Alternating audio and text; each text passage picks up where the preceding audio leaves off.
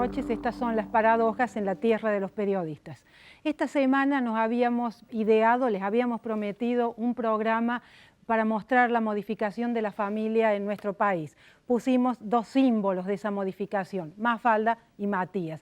¿Qué había pasado entre aquel mundo de Mafalda preocupada por los chinos, que no le gustaba la sopa, aquella mujer, aquella niña preocupada con la sociedad, y este otro niño, Matías, individualista, educado por la televisión, que come hamburguesas? Nos ganó el mundo de Matías.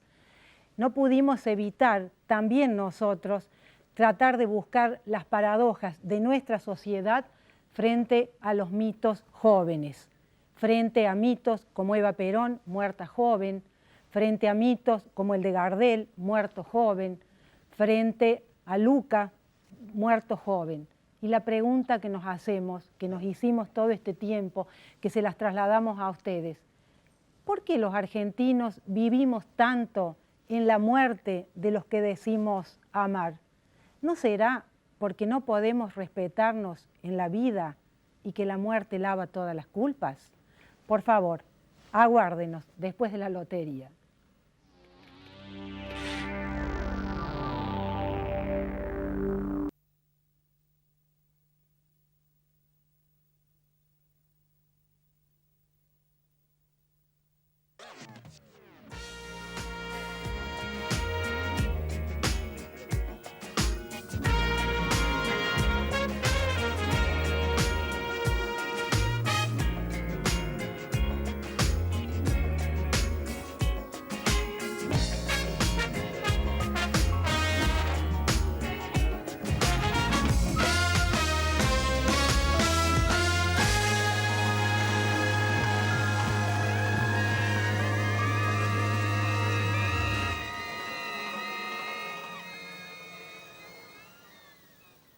Ahora sí, ya de lleno en el mundo paradójico. Le confieso que un día, el día que ganes la loto, yo me compro el espacio de la lotería y hacemos un programa directo sin interrupciones. Las paradojas de esta semana. Solo de leer el diario, en cada página encontramos paradojas de todos los colores. Pero esta semana nos hemos habituado a escuchar palabras que muchos no las conocíamos. ADN, cromosomas, genomas, toda esa gran promesa científica que nos están prometiendo una vida eterna donde el hombre va a vivir sin enfermedades, casi con una felicidad como aquella del paraíso que el hombre perdió y que Dios castigó por esa curiosidad de las mujeres que parece ser el pecado femenino. Me refiero a Eva, claro. Nadie puede estar en contra de los avances de la ciencia, pero claro, en este mundo globalizado, en este mundo espectacularmente mediático, donde todo pasa a través de los medios, llama la atención, o por lo menos actúa como un símbolo, ver que fueron los poderosos del mundo. Fue Clinton, Tony Blair, los científicos, los dueños de los laboratorios, los intereses públicos, los intereses privados, anunciándole al mundo el descubrimiento de este borrador humano, anunciándole al mundo que por lo menos en la ciencia seguimos siendo analfabetos porque apenas tenemos las letras, pero todavía no sabemos cómo esas letras se unen para explicarnos el misterio de la vida. En el mismo día que se anuncia los genomas y todo lo que nos prometen como salud y vida eterna, también un poder ya no tan real, más virtual como es el de las Naciones Unidas, sí informó sobre algo que es mucho más real que lo que nos prometen las investigaciones a futuro. Me estoy refiriendo al informe de Naciones Unidas, escalofriantes, de los 6.000 millones de personas que vivimos en este planeta, que hoy no tiene fronteras. La mitad de ese mundo es un mundo pobre, pero no un mundo pobre porque no puede tener cosas suntuosas como la tiene la otra parte del mundo que consume. No, es un mundo que apenas vive con $1 o con $2. Y este es el contrasentido, y esta es la gran paradoja. Bienvenidos todos los avances que el hombre hace en los avances de la ciencia, Pero ¿para quién son esos avances? ¿Quiénes son los que van a vivir 90 años, 100 años, cuando la otra parte del mundo muere nada más que porque no tiene alimentos? ¿Será que combatir el hambre, que es nada más que un problema de dar de comer, es mucho más simple que todo lo que se necesita la industria de los laboratorios para que consumamos medicamentos, para tener esa eternidad que se nos promete de una vida joven para siempre? Les confieso que a mí, de todos los contrasentidos, el mayor contrasentido de este descubrimiento científico es que los seres humanos somos todos iguales. Qué paradoja, qué contrasentido, cómo vamos por la vida siendo tan diferentes. Una paradoja.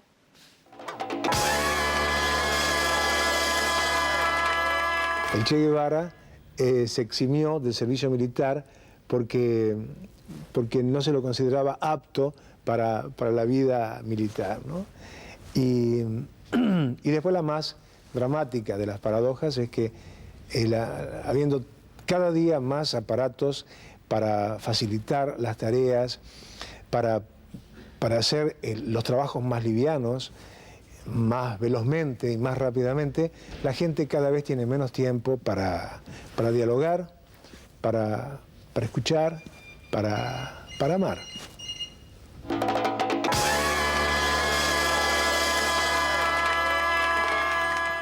Bueno, y la paradoja de esta semana, es decir, yo les confieso que el tema de Rodrigo me conmovió, como conmueve siempre el dolor. Y la realidad es esa.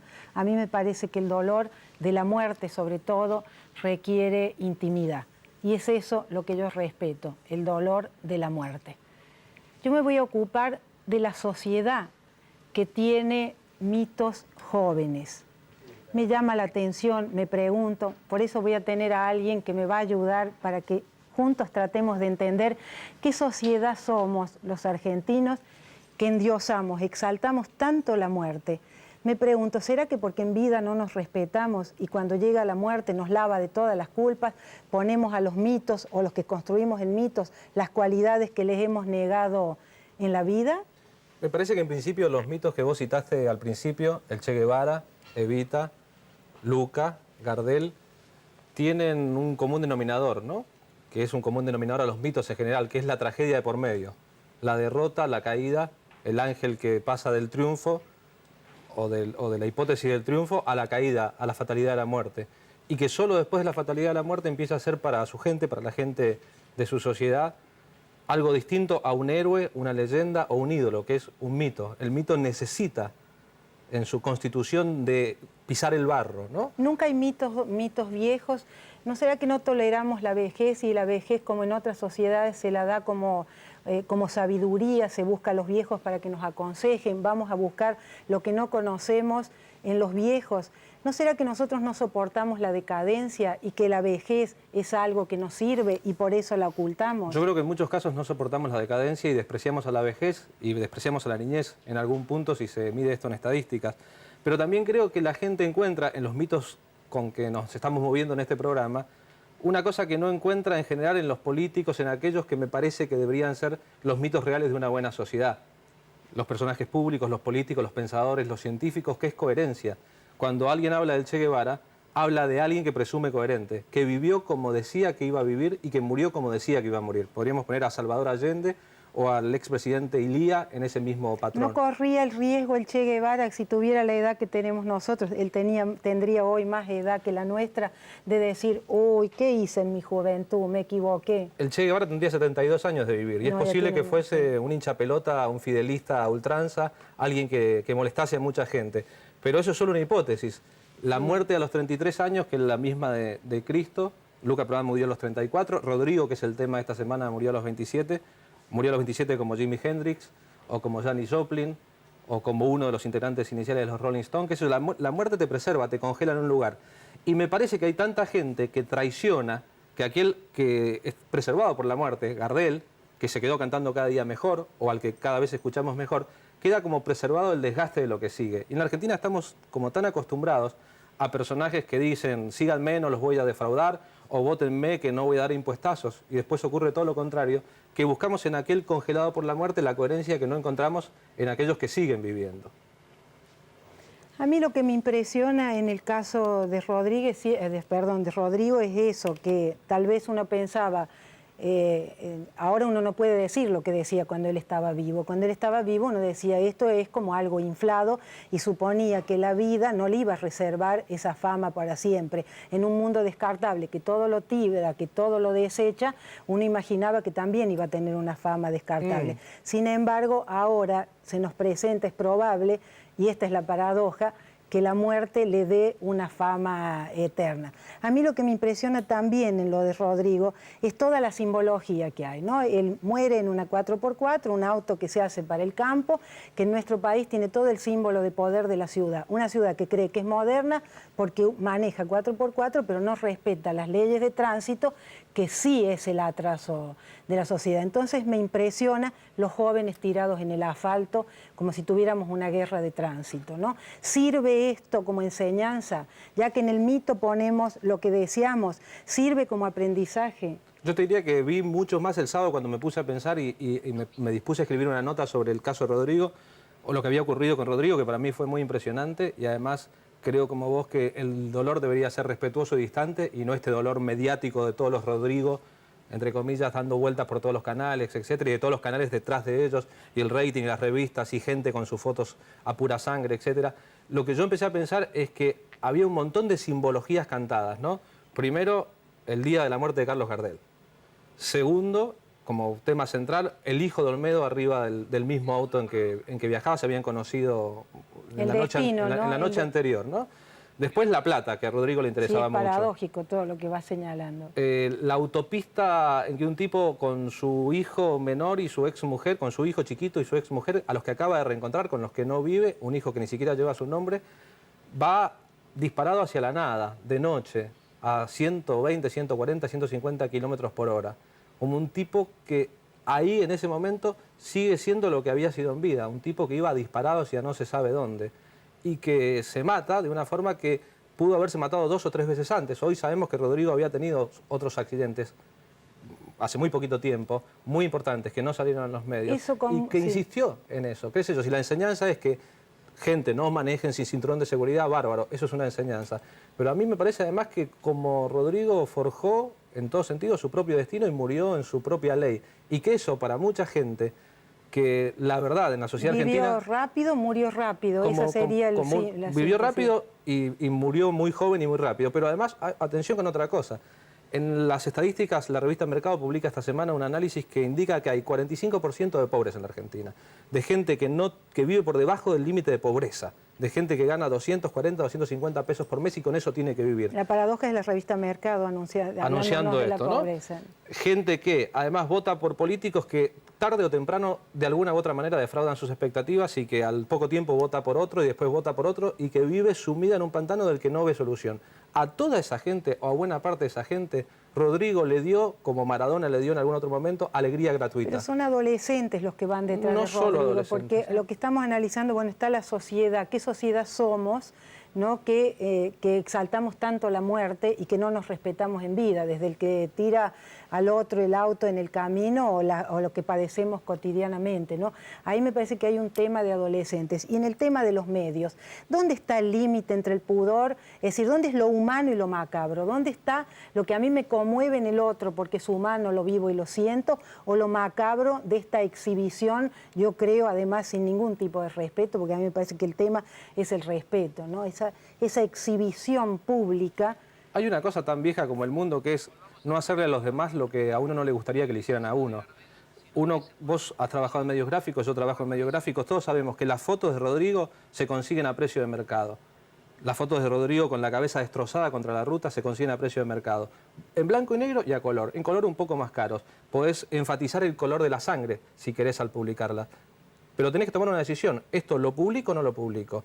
Y hay mucha gente que tuvo esas fotos a disposición o sobre los escritorios y dijo, yo no publico esto porque esto vulnera mi ética y porque además no me gustaría que se lo hiciesen a mi hijo, no me gustaría que lo hicieran conmigo. Y hay otra gente que pensando eso mismo hace negocio con eso. A mí me parece de todas maneras que esto no debería ser prohibido. ¿Cuál sería la ética media de la sociedad? Porque reglas hay en todas partes, en todas las sociedades, hay como una ética que las personas han decidido en su conjunto en una sociedad. Esta sociedad que exalta la muerte, insisto con esto, aunque me repita todo el tiempo, pero me parece, pero que no respeta en la vida. ¿Cuál es la ética? ¿Qué es lo que no está respetando acá? Mira, yo creo que en el medioevo, cuando se le cortaba las cabezas a las personas en las plazas públicas o se las torturaba delante del pueblo, las multitudes concurrían con sus hijos a observarlos.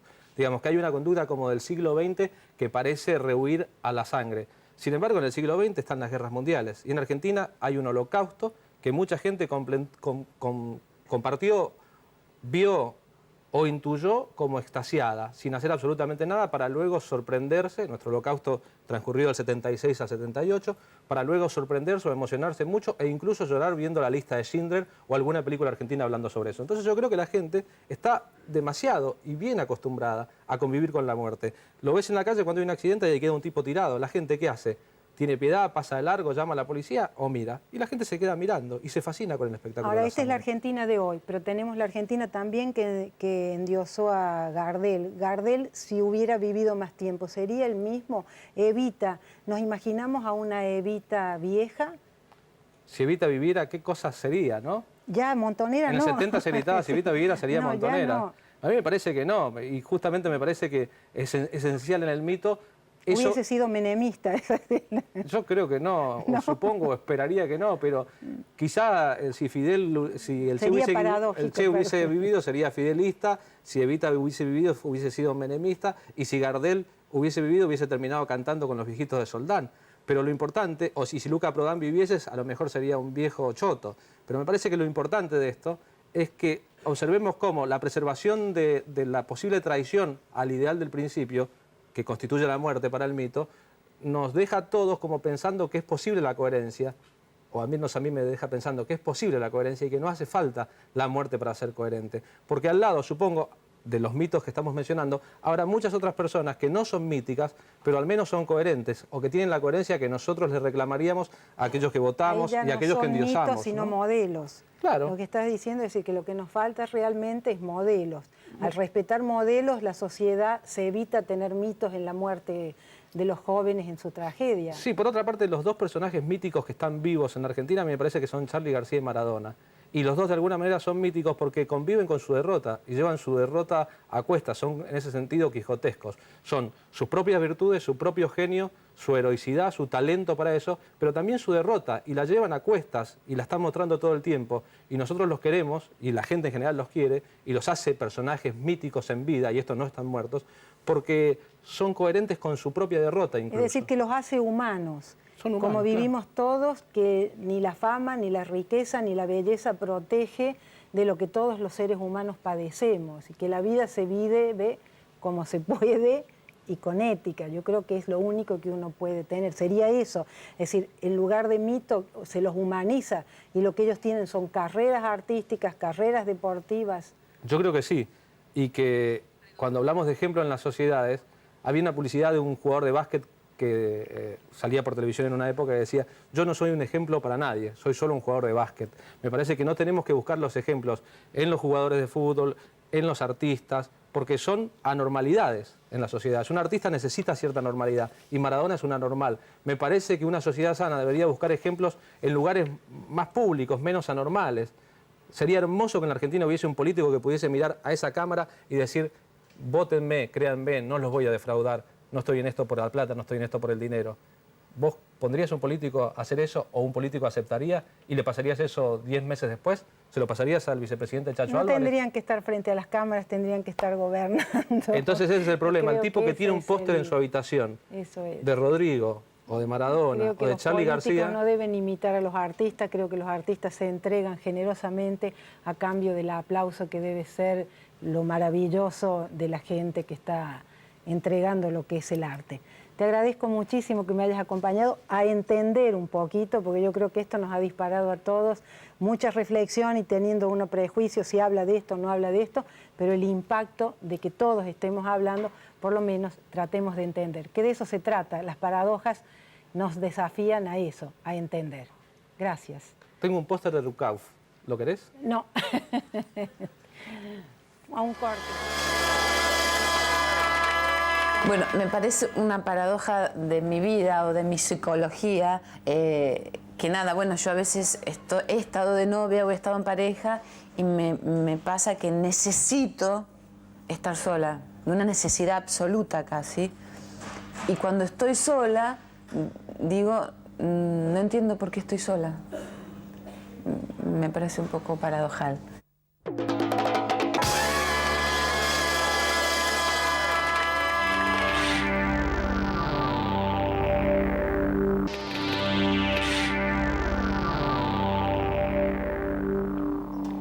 Cuando pensamos el programa de Mafalda Matías, en realidad lo que estábamos pensando era todo el debate, todo lo que hubo alrededor de la aprobación de la Ley de Salud Reproductiva, una ley que tiene un nombre bastante pomposo.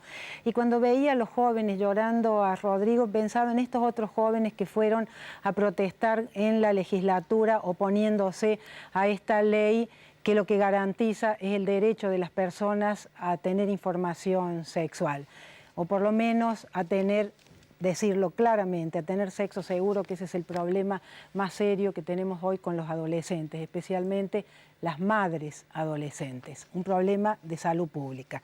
Vamos a conversar con la licenciada Diana Maffia, filósofa, pero que además está en la Defensoría del Pueblo de la Ciudad de Buenos Aires en el área de Derechos Humanos, y con la diputada Patricia Ruiz Moreno de Ceballos, que usted sabe cuál es en esto mi posición en relación a la ley, pero sinceramente quiero escuchar argumentos que que me permitan entender por qué se oponen a la ley. Pero antes de eso, veamos de qué se trata. Tiene un nombre pomposo e incomprensivo: la Ley de Salud Reproductiva y Procreación Responsable. Traducida, no es nada más que una garantía al derecho que tienen las personas a la información sexual. La ley busca garantizar en los hospitales públicos lo que se consigue en las clínicas privadas: métodos que prevengan los embarazos no deseados, especialmente el de las adolescentes. Un problema de salud pública que, sin embargo, es visto por algunos sectores como una ley que afecta la moral. Y como no se veía desde hace tiempo, sorprendió ver entre los manifestantes a los jóvenes, casi adolescentes, que aquel día cambiaron las aulas por los gritos frente a la legislatura. Yo vengo como padre de familia a reclamar el derecho a la libertad de educar a mis hijos como crea conveniente. No solo no estamos solos, sino que hay millones en todo el país que piden lo mismo. Queremos que se respete nuestra libertad, que nadie se meta en nuestra familia, educar a nuestros hijos como creemos conveniente a nosotros. Queremos cambiar este país y con la hipocresía no lo va a cambiar nadie. Estos guachos que no vienen nunca, vinieron todos hoy, no vienen nunca estos guachos. ¿Cuándo vinieron a laburar? Sin embargo, el argumento de que la ley atenta contra la familia resuena a otros que nos vienen del pasado. La monogamia asegura la mejor protección para el hijo. Concentra los cuidados y esfuerzos de los padres, disminuye la mortalidad infantil y hace más eficaz la adaptación de los vástagos a las condiciones exigidas por el grupo total. Favorece el desarrollo de las expresiones más elevadas de la moral, el culto de los antepasados y las formas superiores de moralidad familiar se hacen posibles bajo este régimen. En menores perturbados, hijos de matrimonios divorciados, lejos del cuidado responsable de sus padres, no podemos esperar jóvenes con la serenidad y equilibrios psicológicos imprescindibles para forjar generaciones inmersas en el trabajo fecundo que tanto necesita nuestra patria. Todavía podemos agregar más elementos de juicio sobre las consecuencias del divorcio. Aumento de la drogadicción en menores de 21 años, en Estados Unidos, Francia, Suecia, Inglaterra, Holanda. B. Aumento de los concubinatos y de hijos ilegítimos en los últimos 10 años. En Francia el 400%, en Inglaterra el 500%, en Suecia el 1000%. C. Los países con mayor índice de homosexuales son divorcistas: Estados Unidos, Inglaterra, Francia, Suecia, Holanda. D. Inmediatamente después de sancionada la ley de divorcio, se sanciona la ley del aborto. diputada, ¿por qué se asocia una cosa con la otra? ¿Por qué creer que si hay una ley de divorcio la gente va a salir en masa a divorciarse? ¿O por qué en este caso que se garantiza que la gente en los hospitales públicos, porque de eso se trata, que tengan información, sobre todo un problema de salud pública, ¿no? ¿Por qué se asocia una cosa con la otra? Mire, Norma, el tema de esta ley es que presenta graves aspectos de inconstitucionalidad, no justamente respecto de los temas que usted acaba de expresar. El derecho a la información, el derecho a que la gente se pueda acercar a los hospitales públicos, no es justamente lo que hace inconstitucional esta ley. Lo que hace inconstitucional esta ley es que nosotros, los diputados, tenemos que velar entre dos bienes, tutelar el bien superior. Y en este caso, la posibilidad, tal como le indica la ley, de que esta ley se dirige a toda la población en edad fértil, sabemos que puede haber niñitas de 9 y 10 años en edad fértil, implicaría un choque con la ley de patria potestad. Su oposición a la ley estuvo... fundamentalmente en estos tres aspectos. En el aspecto de los menores, en el aspecto de la libertad del médico a su objeción de conciencia y en el aspecto de los ¿Qué sería el caso de objeción de conciencia? Porque sí. Yo le confieso, le decía antes, usted sabe cómo yo pienso, yo creo que el Estado tiene que proteger a los más débiles, creo que tenemos un problema de adolescentes desprotegidos, es decir, cuando veía a los chicos que gritaban, me preguntaba si estos chicos habrían ido a los recitales del Luna Park de Rodrigo. Son esos adolescentes que viven hoy. Por supuesto que los que tienen su familia, que tienen, es decir, están protegidos de una manera, pero hay con tanta pobreza en nuestro país, es decir, ¿quién protege a los más débiles? Pero es que justamente, perdón, Norma, pienso que el mismo derecho que tiene una madre de un nivel sociocultural alto a cuidar de la salud de su hijo hasta determinada edad, porque eso lo puede contestar muy bien Diana Mafía, que hizo un excelente trabajo sobre el impúber, dentro de la adolescencia, lo que es ser púber o impúber. ¿Por qué no le podemos dar justamente a la mujer de bajos recursos la misma posibilidad de saber qué ocurre en la vida sexual de su hijita de 10 o de 11 años? Es decir, ¿por qué quitarle a los padres, no importa de qué nivel social sean, ese derecho de saber de qué se trata la salud de sus hijos? ¿Se le quita ese derecho, Diana? No, yo creo, en realidad es una cuestión bastante compleja. Yo creo que la ley garantiza que si una niña o un niño que es menor no tiene el resguardo, no impide que su familia intervenga, lo informe, lo acompañe eventualmente a un hospital si tiene que hacer una consulta. Lo que hace es garantizar que si alguien no tiene este entorno, porque hay mucha gente que no tiene el entorno de una familia constituida, completa y que sea un lugar de protección. Muchas veces la familia, desgraciadamente, es un lugar de abuso, de tortura. Garantiza el Estado que este tipo de menores también tengan la posibilidad, la misma posibilidad que tiene una familia bien constituida. Tenerla, en este caso, a través de un médico al cual va a hacerle una consulta. Además, como decía Patricia, que también es filósofa, ¿no? Aunque no lo hayan dicho en la presentación, en realidad hay una diferencia en el Código Civil entre los menores de 14 años y los menores que tienen más de 14 años, que se considera que tienen capacidades como para tomar determinado tipo de decisiones. Cuando un menor concurre a un hospital para pedir una información sobre métodos anticonceptivos o para pedir una explicación acerca de su sexualidad, ese menor ya ha tomado cierta decisión. No es una decisión que el hospital va a hacer que el menor tome. Pasa algo similar, porque vos decías, ¿por qué se relaciona el aborto o por qué se relaciona el divorcio? Sí, eso es lo que yo quisiera contestar. A mí me parece que esta ley dejó de lado... La pregunta es, perdón, ¿por qué se convierte en moral un tema de salud pública? Porque yo creo que a las dos están tan preocupadas como estamos preocupados todos de la situación de salud pública de los más desprotegidos. Yo creo que pero no se es que hace se un convierta debate en moral. no es que se convierta en moral, me parece que hay un sustrato moral que se ha dejado sin discutir y que en algún momento lo vamos a tener que discutir y que tiene que ver con qué es lo que nosotros vamos a definir como abortivo. El aborto en este país está prohibido, al menos por el momento está prohibido, salvo en algunos casos excepcionales.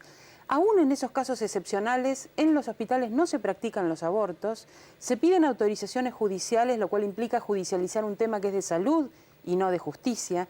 Es decir, acá están totalmente mezcladas las fichas con respecto a lo que significa. Lo más propio, déjenme terminar este concepto nada más. Lo más propio de un sujeto, que es su propio cuerpo, esto en el caso de las mujeres es totalmente expropiado. Es un cuerpo por el cual pasan los médicos, pasan los jueces, pasan los diputados. Todos pasan por el cuerpo de las mujeres y tienen en sus manos la decisión y en su boca la palabra acerca del cuerpo de las mujeres. Las que no tienen la autonomía de este manejo son precisamente las mujeres. Yo creo que esta ley, si bien no es perfecta, es un avance en esa búsqueda de autonomía. Yo justamente creo lo contrario. Yo creo que esta ley es una ensalada que la misma Diana me acaba de servir en bandeja la posibilidad de poder explicarlo. No es una ley simplemente tal como la cuentan algunas legisladoras, tipo cuento de hadas, que es una ley para dar información, para que la mujer tenga derecho sobre su propio cuerpo. Es una ley que no le permite a los médicos objeción de conciencia. Eso es otro de los puntos altamente inconstitucional. ¿Qué significa la objeción de conciencia deviene del derecho constitucional a la libertad de conciencia y a la libertad de culto. Esto significa que un médico no solamente puede tener objeción de recetar determinados métodos anticonceptivos. Es decir, una persona católica, practicante... Tiene derecho a trabajar en un centro de salud, porque no debe ser por ser católico, no debe ser discriminado, y tiene derecho a prescribir o no determinados anticonceptivos. Pero además, y lo que más me preocupa, es que para su uso propio, es decir, si es un médico católico practicante, él tiene su objeción, lo que él hace, es decir, que usted me diga, bueno, yo eduqué a mis hijos de esta manera, Perdón, Norma, pero déjeme terminar la idea. No me preocupa tanto el tema de que un médico católico diga sí o no a determinados porque si le viene una pobrecita mujer de la vida... católico o no católico puede tener objeción de conciencia frente a una chica de 11 años, de decir, no, yo la informo, pero yo no le prescribo ningún anticonceptivo, y menos un anticonceptivo invasivo como es el DIU. El DIU es un anticonceptivo invasivo. O sea, nosotros en los hospitales... Pero ahí la ley no obliga a que el médico, a una niña de 11 años... Sí obliga, porque los ha enumerado.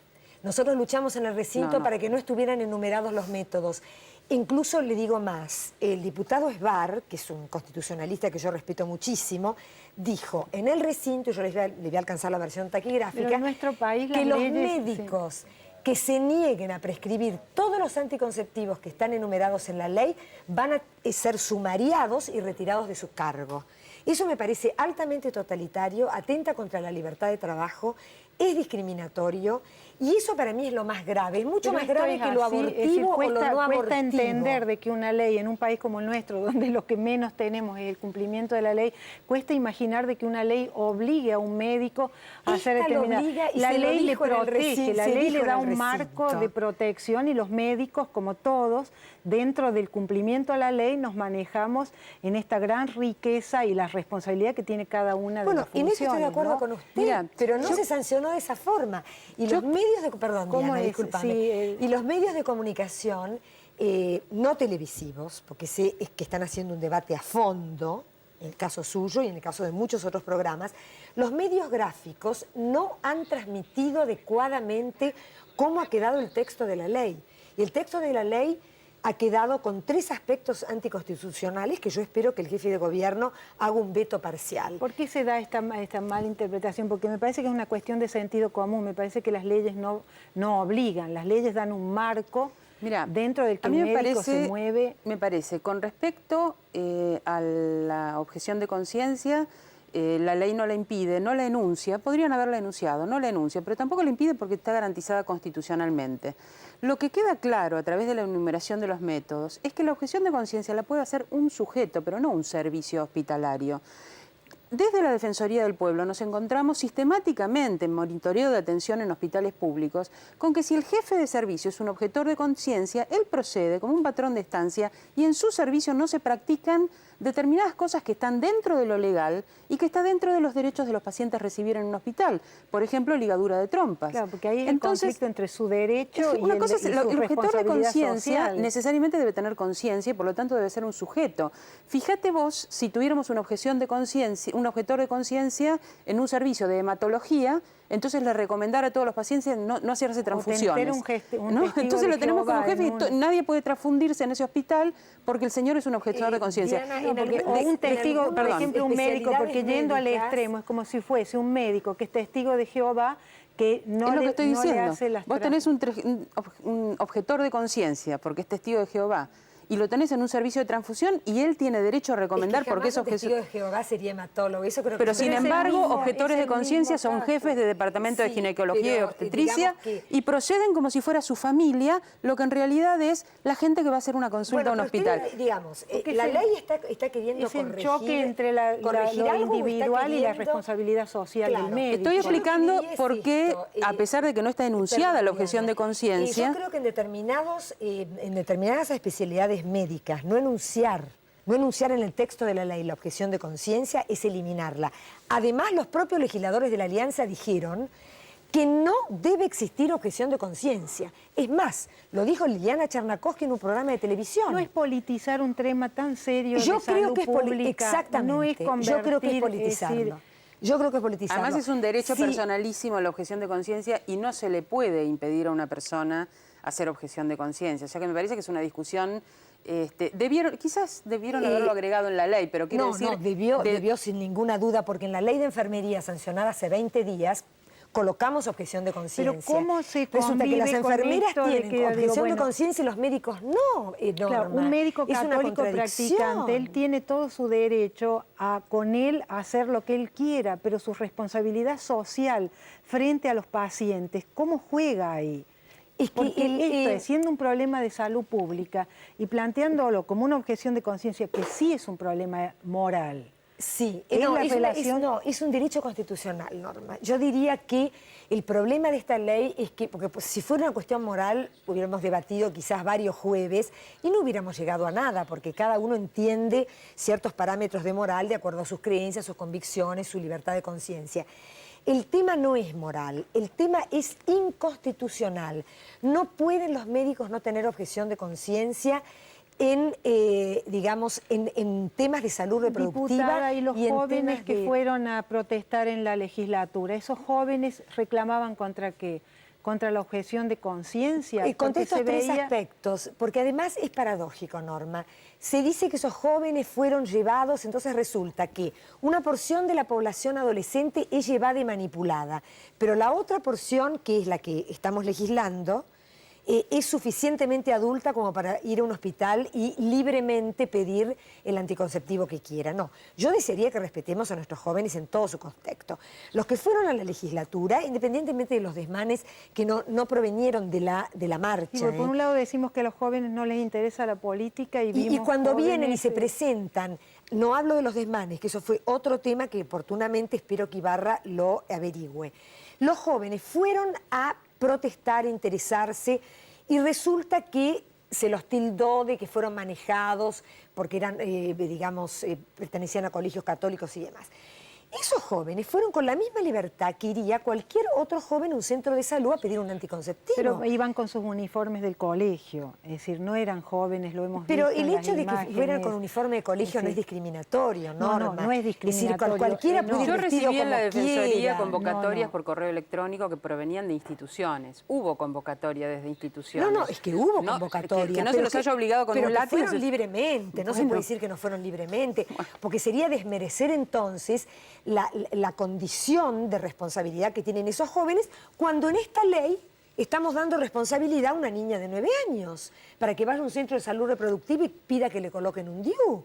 Entonces, yo lo que creo es que esta ley... A mí me parece que si una niña... Hay dos cosas. Porque primero, si una niña de 11 años va a un hospital para pedir un anticonceptivo, colocarle un DIU es un error médico, ya no es un error de conciencia, legal o lo que fuere, porque un DIU se coloca en una mujer que haya tenido algún parto, en una mujer adulta, etc. Supongamos que la niña va a pedir información. bienvenido, porque desgraciadamente, como dijo la diputada Juliana Marino, las niñas de 12 y 13 años van a parir a los hospitales públicos sin haber pasado nunca por la situación de una información o de la alternativa de un método anticonceptivo. Estoy de acuerdo con la información, y aquí Diana. me gustaría, perdón, quiero comentar una cosa. Me gustaría unir al comienzo de tu programa, que tenía que ver con los mitos, ¿no? Con los mitos a los que no les damos Ahí ni siquiera... sí me gustaría escuchar a las filósofas. Ni siquiera el tiempo le hemos dado para que se tome ese distanciamiento entre lo real y lo ideal que conviven en un mito. Pero una cosa con la cual me gustaría quizás unir esta historia con la que comenzaste el programa, con lo que pasa con estas adolescentes, es que hay algo trágico en el hecho de que donde se supone que van a encontrar la felicidad encuentran la muerte. En aquello que socialmente se les dice que va a ser la fuente de su felicidad, lo que encuentran es la muerte.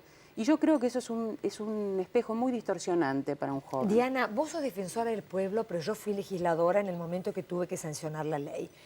Y yo les digo que si una chica de 9 años va a un centro de salud reproductiva y el médico, por objeción de conciencia que no está contemplada en la ley, considera que no es conveniente colocarle un DIU, se lo puede retirar de su cargo, porque acá están enumerados los métodos anticonceptivos. Esto no es así. Están enumerados los métodos anticonceptivos. Que deben ser informados, no lo que deben ser dados. Que deben ser informados y que si el médico se niega... ¿Qué hacemos, diputada, con las madres de 12 años, madres se adolescentes? Se les informa, yo no estoy en contra de que vayan... terminan siendo madres adolescentes precisamente porque no han tenido información. Que media, digamos, entre la información y el uso del método anticonceptivo por parte de la persona que va a consultar, hay algo que media, que es lo que se llama consentimiento informado.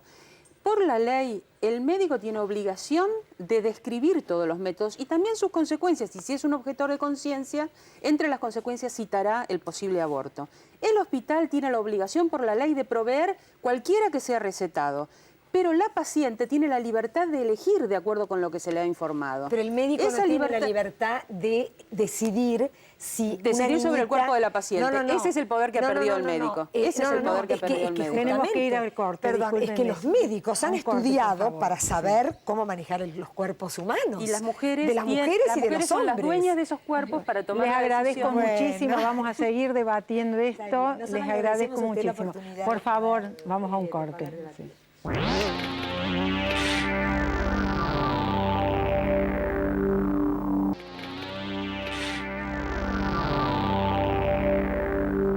Y llegamos al fin. Entre los mitos para los adolescentes y estas leyes en las que pretendemos defender a los adolescentes, siempre nos aparece la muerte. ¿Qué tendremos los argentinos en el alma tan profunda, herida, que exaltamos la muerte, tal vez porque somos incapaces de vivir, de amarnos y de respetarnos en vida? En una semana, sí, de Mafalda Matías. Aguárdenos.